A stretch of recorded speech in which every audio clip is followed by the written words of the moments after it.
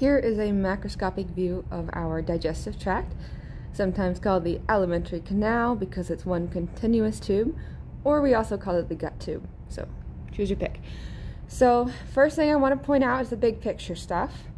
Our abdominal pelvic cavity is going to start at the level of our diaphragm, which is cut off here. Those are the little fibers you see just underneath our lungs. From there, it's going to go all the way to the level of our pubis. So this is what we are concerned about when we're trying to identify digestive organs. Up top, we have our liver, which is an accessory organ of the digestive system. We're going to talk about that in Lab 24. We also have our stomach. So that's what's peeking out here. This is going to be sitting on top of another accessory organ called the pancreas. And then there are also a lot of membranes associated with the digestive tract that have been cut away here. So just so you're familiar with these terms, we have basically these sheets of connective tissue that are full of fat, and they'll have blood vessels and nerves running through them. So they do play an important function for just innervating and supplying this region with blood. But those sheets of connective tissue have specific names.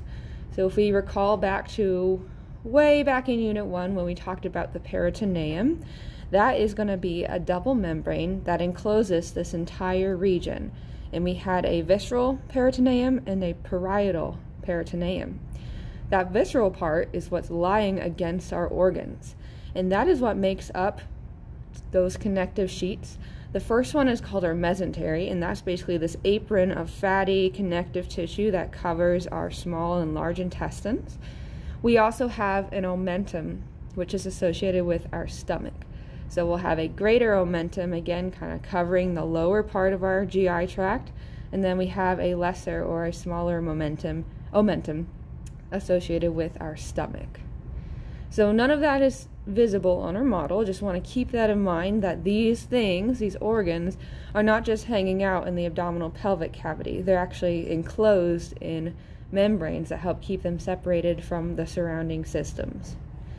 With that, let's get a little more specific. So we talked about stomach. From here, once nutrients and substances are entering our stomach, they're going to enter our small intestine, which is in this peachy color here. There are 3 regions of the small intestine. You don't need to be able to identify those on the model, but we will look at them under a microscope, and they are histologically distinct. The first part of the small intestine is called the duodenum, and that is directly connected to our stomach. So you can't see it on here, but we'll have a little tube running from our stomach into that first part called the duodenum.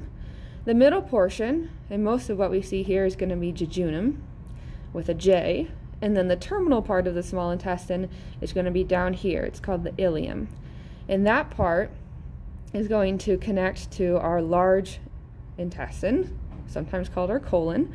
The large intestine is wrapping around the periphery here. Okay, so the pathway of travel is we're going from the stomach, going to go through these many folds here, down towards the ileum, and then the colon is actually going to start over here in that lower right quadrant. So we have an ascending colon, which is the part, if we start here, we're going to ascend, move superiorly. We're going to have a right colic flexure. That's this little sharp angle that you see here. That's called a flexure. That is our right colic flexure from anatomical position. We're going to have a transverse colon because it's transversing, it's crossing the abdomen. We're going to have another sharp turn here called the left colic flexure, or sometimes you'll see it referred to as the gastric flexure because it's associated with the stomach. From there, the colon will descend again. So we're moving more inferiorly. This is called the descending colon. And then it is hidden from us, but there's going to be a little S-shaped turn of the colon. That's called our sigmoid colon, and it is the terminal portion of the colon. From there, the sigmoid colon will attach to the anus, and then that is how food is going to exit from the alimentary canal. A couple more things we can see on this model are 2 features of our colon. So we've talked about this in the PowerPoint, but we have this strip of longitudinal muscle. Really, it's 3 bands of longitudinal muscle running lengthwise along the colon. And you can see that it's labeled 145 on your model, running transversely in this section of the colon. That is going to be the Taenia coli.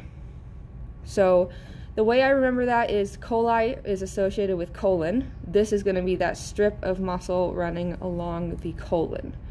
The other feature we can see here are those little pouches of the colon. You can see them, this repeating pattern all the way around our colon. Those are haustra, or haustrum singular. Those are the little pouches that are created by the tension of this Taenia coli. So I want you to be able to identify all of those structures from the model. To review, be familiar with the liver, the stomach, the small intestine. So you don't need to know all three regions of the small intestine, but you do need to be able to recognize that this is small intestine.